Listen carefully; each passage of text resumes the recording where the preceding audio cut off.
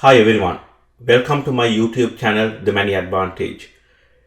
In this short video, I'm going to describe about current internet and BGP introduction 101. But what I'm saying is lots of CCNA-CCNP students, they are studying BGP protocol, that is internet routing protocol, but they don't have much understanding about how ISP work, how internet works. So I thought I will give some introduction. So I think it's going to be very useful video about internet, but it's a very short video, but it's going to be very important video. So guys, just understand BGP is a routing protocols of ISPs. So ISPs, they understand only internet. ISPs talk to each other using BGP. So BGP is a border gateway protocol. It's a dynamic routing protocol. It is used to build the internet routing table. Okay, so now we're talking about ISPs. So let's go more further into the functions of ISPs. There is an organization called INA. INA stands for Internet Assigned Number Authority. They are the part of ICANN, and they are mainly working with RIR. So that means there are a couple of regional internet registries around the world. INA works with RIR and they provide a couple of information to RIRs. So RIRs regionally, there are 5 RIRs. There are like serving entire world.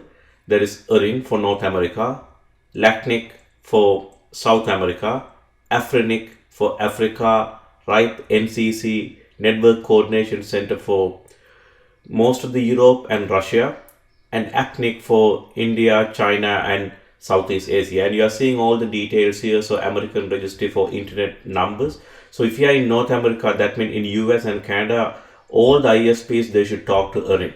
So that means they are regional ISPs. So what this INA does, INA separated the public routable IPv4 address, public routable IPv6 address, and autonomous system numbers. So we are going to talk very soon about what is this autonomous system numbers.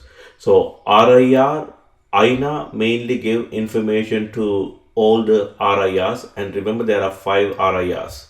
If you go down further, what information INA gives to RIR? So RIR, so INA give RIR a couple of information. They give public autonomous system number, public IPv4 addresses, and public IPv6 addresses. So we are going to talk about this AS number. Guys, again, you are watching my YouTube channel, The MANIADVANTAGE. If you like this video and previous videos, and if you haven't subscribed, please subscribe to my channel. So you can go to YouTube and type MANIADVANTAGE to see my channel information, and I'll be keep on adding videos, so please subscribe. So guys, let's go further. In fact, you should be reading as INA provides ISPs couple of information. So when we come to autonomous system number, there are mainly in BGP, there is 16-bit autonomous system number. So 16-bit stand for 2 byte, and the newer version of autonomous system number is 32-bit. So autonomous system number, let's define the autonomous system number, then let's come back to this slide, guys. The autonomous system number is nothing but collection of routers under same technical administration. So if you look at this particular diagram, you have autonomous system number 11111. I'm calling as MANICONET. Maybe it's a company, an ISP. And there's another autonomous system number called AS number 222. I'm calling that one as Othernet. So every autonomous system has a name. In Canada, we have TELUS, Rogers, and Bell. So they are the ISPs. So ISPs have autonomous system. So within the autonomous system, there are multiple routers there. And within the autonomous system, we run something called IGP, Interior Gateway Protocol. So that means I'm running IGP as OSPF. In autonomous system number 2222 also is running IGP as OSPF. So most of the ISPs, they use ISIS or OSPF as IGP because both protocols are true link state routing protocols. And you can even run RIP or any other routing protocol if you want. Okay, so let's look at what is IGP. That means IGP run within the autonomous system. Just say, as I said, examples can be any routing protocol. And if you are running BGP inside, it become IBGP. Then next one is EGP. EGP stands for Exterior Gateway Protocol. Exterior gateway protocol is nothing but it is running between the ISPs. So between the autonomous systems, EGP runs, and only EGP right now what we have is EBGP. So people always confuse with these terms IGP, EGP, IBGP, and EBGP. So there is nothing called IGP, but there are examples of IGP. There is nothing called EGP, but there are examples of EGP. But when it comes to Internet Routing Protocol, that means BGP, there are two flavors of BGP. One is called IBGP, other one is called EBGP. That means Interior Border Gateway Protocol and Exterior Border Gateway Protocol. So if you decide to run IGP as BGP, then you can call the BGP as IBGP. If you are going to run EGP as a BGP, you have to. That's the only protocol it allows, and it is called EBGP. So Interior Gateway Protocol, Exterior Gateway Protocol, Interior Border Gateway Protocol, and finally Exterior Border Gateway Protocol. And you have to know the definition of autonomous system number. So let's go back to our previous slide. The autonomous system those days, the industry thought, INA thought, you can come up with 16-bit autonomous system, but 16-bit is nothing but 2 bytes. So the range is 1 to 65,535, but out of that 0 is reserved and 65,535 is reserved, and 1 to 64,495 is called public autonomous systems. But out of that, these autonomous systems are called private autonomous system number. That means 64,512, so 65,534. If you take the difference is 1,022. That's called private AS number. So in the exams, if you're running any CCNA, even NP, they might ask the difference between 16-bit and 32-bit autonomous system number. If you see autonomous system number less than 65,535, you can call it as 16-bit autonomous system number. So we have depletion of IPv4 addresses. Same way there were depletion of ASN number too, because there are small ISPs coming up. Whenever ISP come, they are going to go to their regional internet registries, RIRs. There are, as I said, there are 5 RIRs.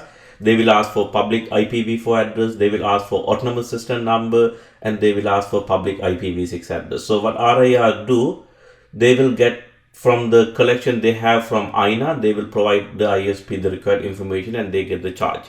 So AS number is running out. So industry is now moving to something called 32-bit autonomous system number. Basically is 4 byte.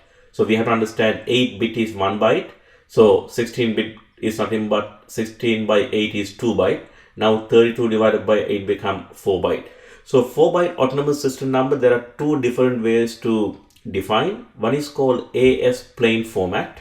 Other one is called AS dot format. I think industry like AS dot format.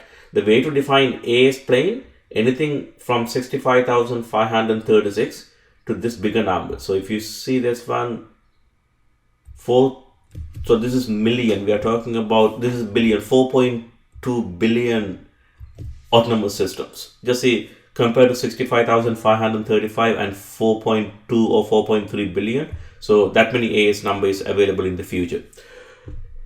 Instead of, so if you define a big number, it's called AS plain. Otherwise, you can define one. So basically this means it is 1.0. So this is equivalent to 65,536. If you want to write the full number, it is 65,535.65535. So I have seen a couple of examples in the industry, they are using this particular format. Okay guys, so we talked about evolution of internet. Okay, we talked about current internet and we talked about BGP as a routing protocol. Then I talked about INA, then we talked about RIR, then I gave examples of RIR.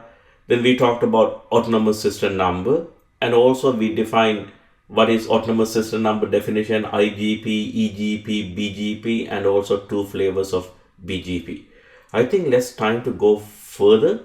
If someone come and ask you what is internet, if my son comes and asks me, Dad, what is internet? So the question is, in fact, he asked me first. So my question was, son, internet is nothing but is collection of ISPs. So that's the correct definition. If you see on the cloud, the diagram what I am sharing right now, there are clouds connected together. What is cloud? They are all ISPs. ISP 111, ISP 444, 852. anyhow they are connected. So technically internet is nothing but connected ISPs together providing services to consumers, business become internet. In the internet there can be only public IPv4 routable addresses and public IPv6 routable addresses. That means from any continent to continent there's a connectivity. So connectivity is done by ISPs, and the routing protocol what they use is BGP protocol, because ISP to ISP they understand BGP. And if you want to go further into details how these ISPs work, I think I can come up with this diagram. Look at this one. So in the world, there are, the how is divided, there are something called tier 1 ISPs and tier 2 ISPs. Sometimes there are tier 3 ISPs. So as you see, the black color denotes tier 1 ISPs. There are around 10 to 15 tier 1 ISPs, so they are growing in number. So the idea is look at the black color, full mesh peering BGP session on tier 1 ISP. So tier 1 ISPs, they connected to each other. That means every tier 1 ISPs has connection to every other tier 1 ISPs, and ISP to ISP is eBGP, and they advertise and receives IP6 prefixes. And they are doing something called peering agreement. Peering means they don't have to pay because they are on an equal footing. Then when it comes to tier 2 ISPs, in Canada, all the 3 ISPs are tier 2 ISPs. We don't have any tier 1 ISPs. So for example, this could be Bell, this could be Rogers, tier 2. So if they want to go to another tier 2, so assume on the left side, I'm in US, on the right side, I'm in Europe. If North American ISPs, they want to go to European ISPs, they have to cross tier 1 ISP. So every tier 2 ISP, they have a transit, so it's called transit. They are using some kind of a transit BGP connection with tier 1 ISPs. So that means transit means they have to pay. So transit. So these are eBGP.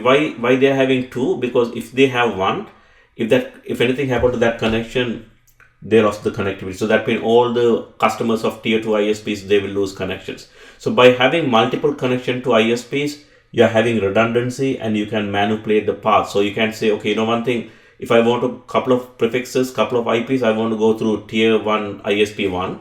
If I go to everything else, I will go to tier 2 ISP. So again, whatever the lowest cost. And what they do, between the same level, for example, tier 2 ISP to tier 2 ISP, suppose if it is Bell and if it is Rogers or Telus, they do agreement among themselves. That means in the same level, they are doing peering. So remember, ISPs, they can do peering BGP sessions as well as they can do transit BGP session. Transit BGP session, they have to pay. Peering BGP session, most of the time, they don't have to pay. Okay, so now there are again another sub-tier ISP. So, what they do, they are called tier 3 ISPs. They lease IP from tier 2 ISPs or they get directly from INA. So they are not connected. They have to either go through tier 2 ISPs or they have to go through tier 1 ISPs. So if the tier 3 ISPs has more cash and if they can make an agreement with tier 1 ISPs, they can connect to tier 1 ISPs directly. And also they can connect to tier 2 ISPs, again depending on the design. So guys, the diagram we are seeing is interpret the previous diagram. Is that means multiple AS number connected is called internet, but the true internet is nothing but tier 1 ISPs, they are connected with tier 2 ISPs and they are connected down along with tier 3 ISPs. Guys, you are watching YouTube channels of MANIADVANTAGE. If you are not signed up for my channel, my advice is please sign up and please tell your friends to sign up too. So I'll be keep on adding more and more video in the interest. Guys, so let's go to the definition of ISPs. ISP to ISP BGP connectivity can be peering or transit. Transit, money has to be paid to other higher tier ISPs, but peering, no money need to be paid to other higher tier ISPs. Both transit and peering connections are BGP peering to advertise. Very important is this keyword, guys, public routable IPv4 and IPv6 addresses. Who is giving those IPs? INA is giving to RIR. INA is given to RIR, that's right. RIR is given to ISPs. So definition wise, you can go through these one, guys. Tier 1 is nothing but top level ISP. They are connected to all other tier 1 ISPs. They do connect with peering to other tier 1 ISPs and they don't pay transit to any ISP. Examples of tier 1 ISPs are AT&T, Sprint, Verizon, level 3 communication, Orange Telecom, then Telecom Italia, NTT Communication. So these are around the world, couple of tier 1 ISPs. Tier 2 ISPs, they're medium-sized ISP, they provide WAN connectivity. So ISPs doesn't mean they are only providing internet. So they can also provide connectivity between multiple, for example, Canadian banks, they have a WAN connectivity through ISPs. So ISPs, their main business is providing internet service in BGP service, providing MPLS service. Those days they were providing frame lay service, ATM service. They are providing nowadays TV service. So and also now in recently ISPs, they are heavily involved with wireless data. TELUS, Bell, Rogers, there are some of the examples. All the cell phones, everything they go through ISPs. As I said, tier 3, they are very small providers and most provide internet services to residents and businesses. They have to do peering connection with either tier 2 ISPs and sometimes tier 1 ISPs. It is not peering, it's a transit connection because they have to pay. So guys, hopefully you guys are learning about the introduction to internet and BGP. So let's go through BGP introduction. So if you want to know more about BGP, I put 3 videos already in the YouTube, my channel. So you can go through BGP 1, 2 and 3. If you want to really know more about BGP, you have to watch my other advanced courses I'll be publishing later in the internet. And I'll be giving information to you guys. My advice is go through these slides and also go through BGP video. So that will be your base foundation for your border gateway protocol. That means internet routing protocol. Okay, let's go through this BGP introduction. BGP is routing protocol of internet. We know OSPF is not a routing protocol of internet. BGP is used by ISPs to route public IPv4 address and IPv6 network. That's also true. BGP has 2 flavors of BGP. One is interior border gateway protocol, other one is exterior border gateway protocol.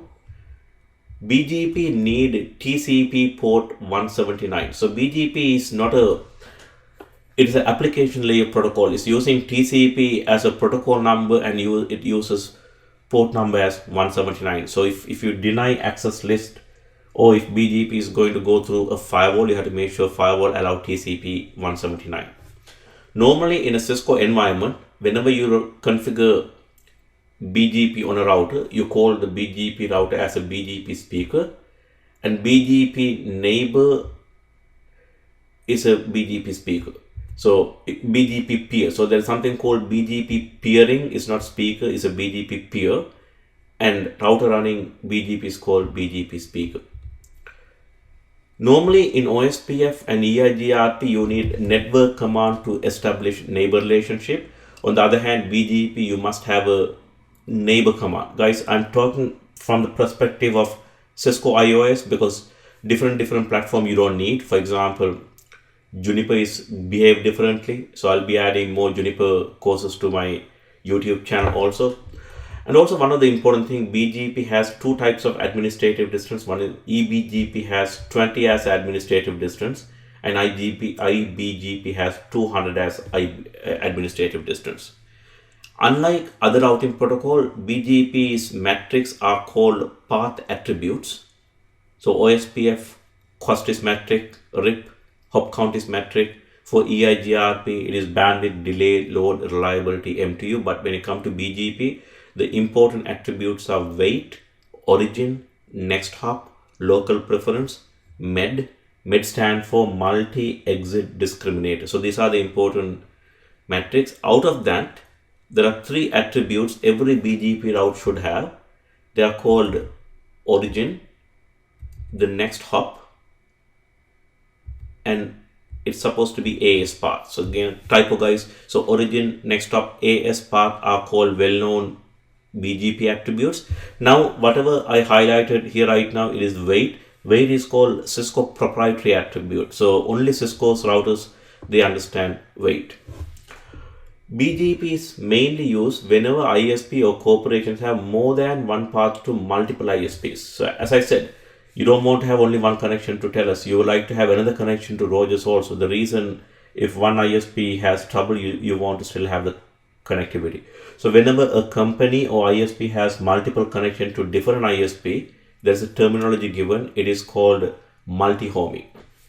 And again, guys, there are 3 BGP lab in my YouTube channel. Please go through that one. Okay, but in the future, I'll be having some courses on Udemy. It's called Complete BGP for CCNP and CCIE. So if you want to get mastery of CCNP and CCIE, I strongly recommend you to go through those videos too. But this BGP introduction to video is complete right now. Good luck in your studies of IP networking. I hope this course will give more understanding about introduction to internet and BGP. But the lab contents are important. Please do the BGP 1, 2, 3 lab multiple times.